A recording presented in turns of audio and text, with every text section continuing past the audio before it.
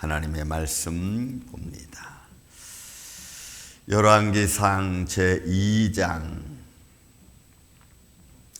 5절로부터 9절에 있는 말씀입니다. 우리 말씀을 교독하겠습니다.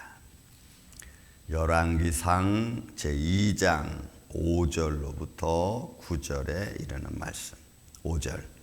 수르야의 아들 요압이 내게 행한 일 곧 이스라엘 군대의 두 사령관 네레의 아들 아브넬과 예델의 아들 아마샤에게 행한 일을 내가 알거니와 그가 그들을 죽여 태평시대에 전쟁의 피를 흘리고 전쟁의 피를 자기의 허리에 띤 띠와 발에 신은 신에 묻혔으니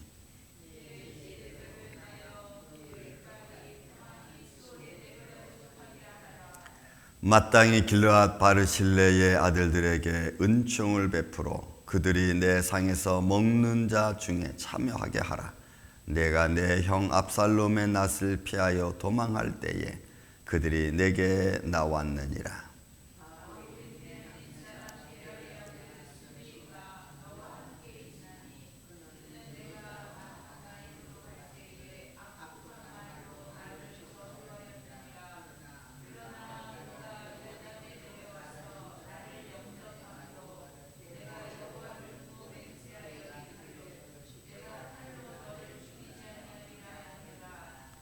그러나 그를 무죄한 자로 여기지 말지어다. 너는 지혜 있는 사람이므로 그에게 행할 일을 알지니 그의 백발이 피 가운데 수울에 내려가게 하라.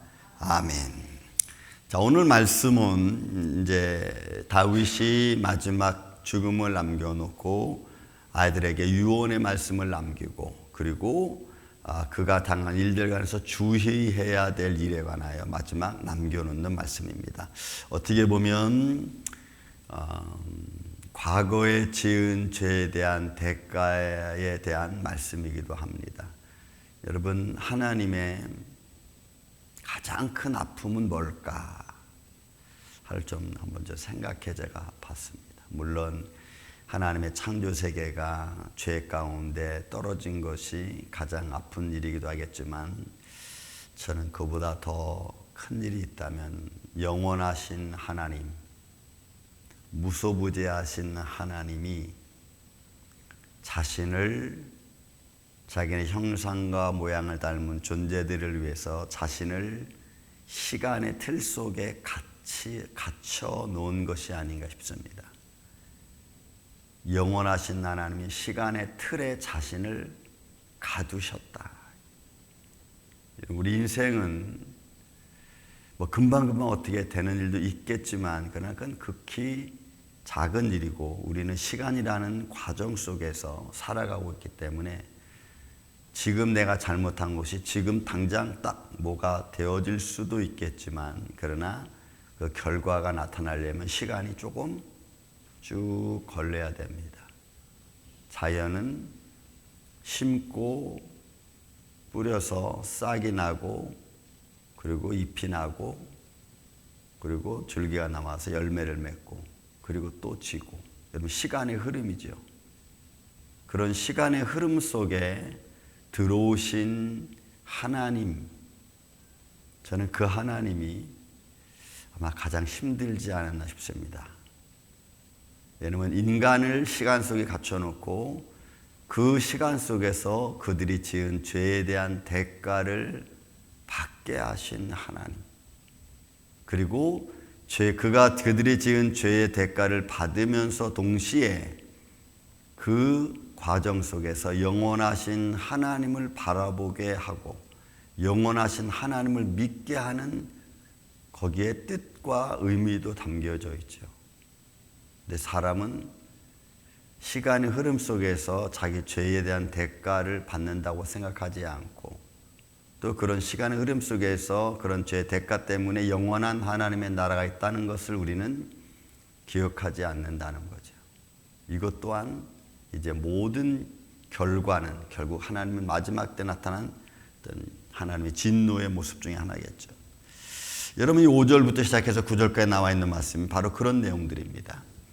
여기 수르의 아들 요압, 그가 행한 일 보면은 이스라엘의 군대 장관 두 사령관이죠.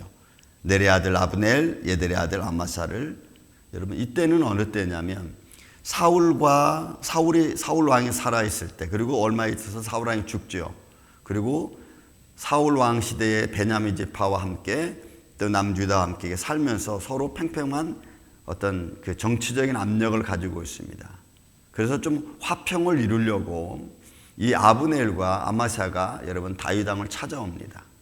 근데 찾아오면 요압이 어떤 생각을 했는지, 이 당시에 사울 왕 당시에 아브넬과 아마샤는 군대 장관이니까 그들이 오면 자기가 위험을 느꼈든지 그가 돌아가는 길에, 다윗을 만나고 돌아가는 길에 요압이 쫓아가서 그들을 제거합니다. 그러니까 태평 세대에 요압 장군이 피를 흘렸고, 그 다음에 압살롬과의 전쟁, 다윗의 아들 압살롬이 도망다닐 때에 다윗이 도망갈 때에 전쟁이 일어나잖아요. 그리고 전쟁이 일어났을 때 압살롬을 죽이지 마라 했는데 요압이 죽입니다. 그리고 또 아도니아의 반란, 그때에 또 요압이 합세를 하죠. 그러면서 결국은 우리가 항상 말씀을 제가 읽으면서 여러분들이 여기 부정사가 있습니다. 6절에 보면은 내 지혜대로 행하여 그의 백발이 평안히 수레 내려가지 못하게 하라. 이 못하게 하라는 것이 처음부터 아닌 거거든요. 그러니까 사람이 잘못된 사람들은 처음부터 잘 될 수가 없는 거예요. 그러니까 잘못된 사람들의 마지막은 잘못될 수밖에 없네요. 그거를 자신이 돌이켜서 뉘우치고 그의 삶을 바꾸기 전까지는 잘못된 것이 바로 간다는 것은 너무너무 어려운 거예요. 여기서 이 부정사 로를 쓴 것은 결국 그는 그 잘못된 길로 갈 수밖에 없었다는 거죠. 그래서 여러분, 사단이 그런 거예요. 그의 마음속에 불의가 생겼고 그 불의로 말미암아 하나님의 영원한 스랍의 장소에서 그는 떨어져 나왔고, 그리고 공중권세를 잡아서 결국 그의 삶은 마지막은 그냥 멸망의 모습이잖아요. 잘 될 수 없는 거예요. 그러니까 수르야의 이 아들들 중에서 요압이 군대 장관인데 결국은 그의 삶이 돌이키지 못해요. 여러분, 우리의 삶도 마찬가지입니다. 내가 뭔 일 때문에 잘못하기 시작했어요. 잘못되기 시작한 일을 계속해서 그 과정 속에서 내 욕망과 내 이익과 어떤 내 권세를 위해서 달려가면은 바꿀 수 있는 기회가 많지가 않아.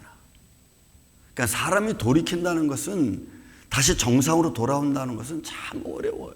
정말 하나님의 손길 안에서 하나님과의 관계가, 믿음의 관계가 흐트러지지 않으면 언젠가 그 믿음의 능력이 그 안에서 살아 움직이겠지만, 그렇지 않고 자기 욕심과 유익과 자기 권세를 따라가는 자들은 바꾸는 게 어려워요. 너무너무 힘들어. 또 여러분 보세요. 7절에서는 바르실레라고 하는 이 아들들은 다윗이 도망갈 때에 그를 맞이해주고 그를 돌봐줬던 사람입니다. 그러니까 사람이 위험에 처했을 때 도움을 받고 위험 속에서 그가 안전하게 피신할 수 있도록 도움을 준 그 사람에 대한 바울의 감사죠.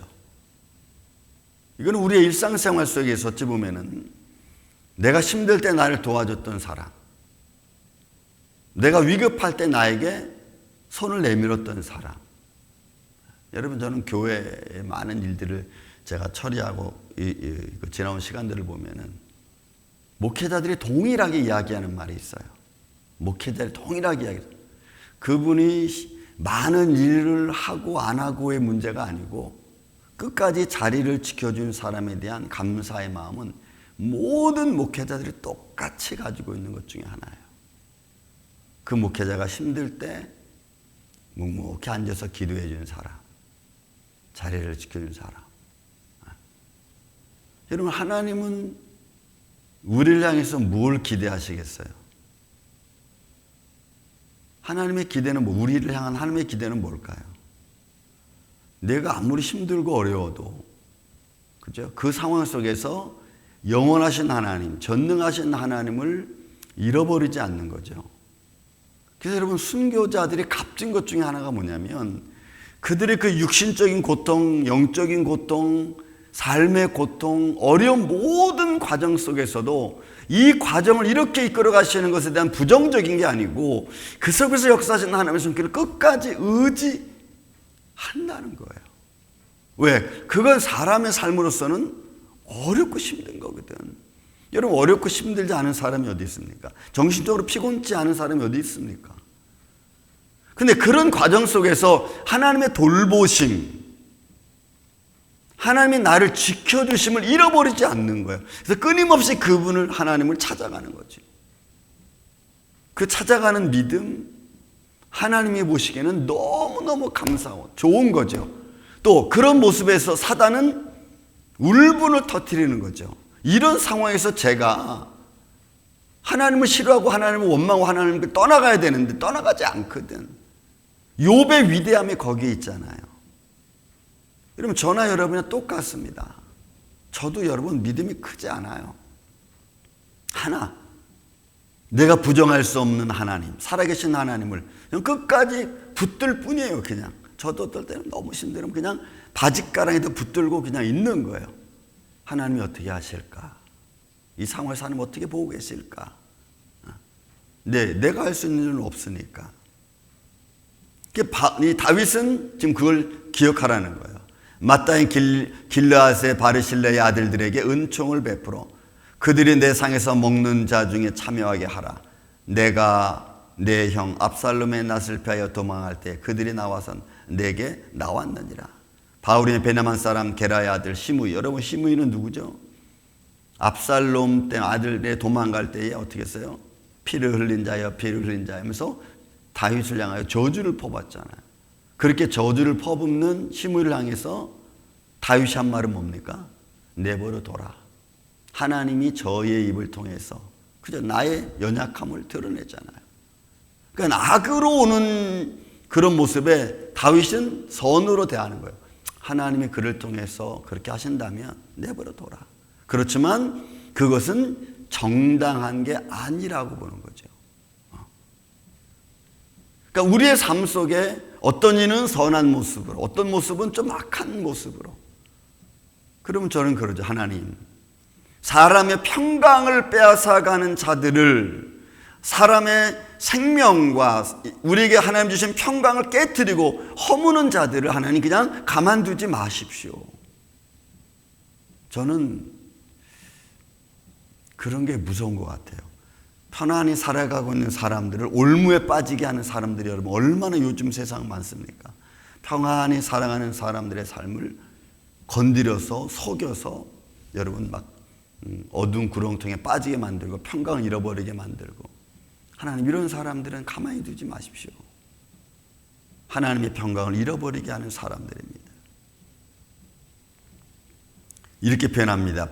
다윗이. 그는 내가 마하나임으로 갈 때에 악독한 말로, 이게 저주의 말입니다. 나를 저주하였습니다. 그러니까 저주의 말로 저주한 거예요. 악한 말로 저주한 거예요. 그러니 그 입을, 그리고 그로 말미암아 영광, 하나님의 영광이 가려진, 하나님의 뜻이 가려진 것 너는 기억해라. 그러니까 우리들의 믿음의 삶 속에서는 하나님의 교훈의 말씀들을 우리가 쭉 읽었잖아요. 잠언의 말씀. 그런 말씀들을 마음에 새기고 지혜롭게 잘 분별해가는 거예요. 아, 내가 이 한 말이 지금 하나님의 영광을 가리는 말이라면 여기서 스탑하는 이유는 내가 참으려고 참는 게 아니고 살아계신 하나님을 한 영광을 내가 더럽게 하지 않기 위해서. 내가 정결하다는 게 아니고 거룩하신 하나님의 그 거룩함에 더럽히지 않기 위해서. 그게 내가 스탑하고 내가 그냥 멈추는 거예요. 여러분, 그런 생각을 만약에 한다면 그 자체가, 그런 생각하는 것 자체가 우리는 하나님을 인정하고 있는 삶의 모습이거든.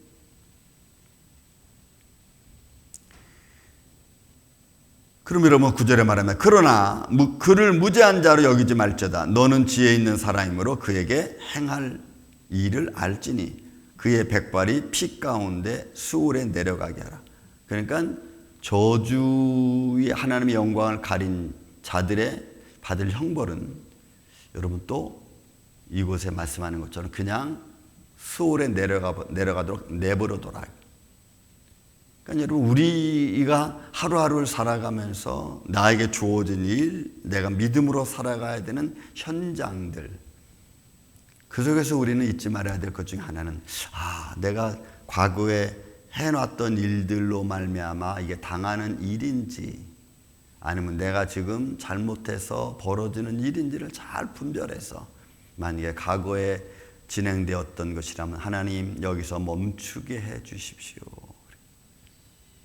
내가 잘못해서 행한 일로 말미암아 이런 일이 계속 반복돼서 이루어진다면 하나님 이것을 이제는 멈출 수 있도록 내게 용기를 주시고 담대함을 주세요.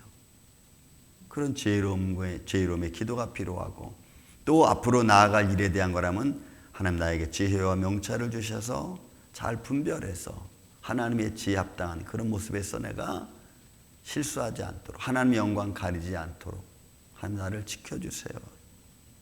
이런 그런 모습이에요. 저는 우리 임마누엘교회가 제가 말씀드리지만 시대를 보고 시대 위급한 상황 속에서도 우리 믿음 잃어버리지 아니하고 실망하고 좌절하지 않고 그 다음에 그냥 내 감정대로 막 하지 않고 정말로 하나님을 진실하게 믿는 마음으로 그를 의지하는 마음으로 매 순간순간 잘 분별해서 하나님을 찬양하며 예배하는 이 아침에 저와 여러분 되시기를 주의 이름으로 축원을 드립니다. 사랑과 은혜가 많으신 아버지 하나님, 오늘 말씀을 통하여 우리는 다윗이 과거에 저질렀던 일들에 대한 주의를 경고하고 있습니다. 우리가 살아오면서 수많은 일들을 겪고 또 만나고 또 이런 저런 일로 인하여 때로는 힘들고 때로는 기쁨을 누립니다. 어떤 상황에 있든지 먼저 우리의 자신을 바라볼 수 있도록 주님 은혜 위에 은혜를 더하여 주옵시고 또 내가 삶을 살아가는 과정 속에서 환경도 믿음의 모습으로 하나님의 영광된 모습으로 생각하며 나아갈 수 있는 주의 십자가 군병들 지혜로운 자 되게 하여 주옵소서. 주님 오늘도 우리에게 어떤 일들을 만날는지 우리는 알 수 없습니다. 서로 배려하는 믿음의 마음을 갖게 하여 주시고 사랑의 풍성함으로 말미암아 아름다운 열매를 맺을 수 있는 한 날 한 날 되게 하여 주옵소서. 때로는 용서의 마음도 필요합니다. 때로는 사랑하는 마음도 필요합니다.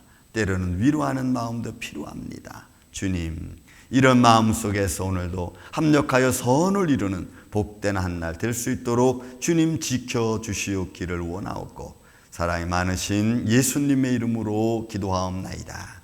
아멘.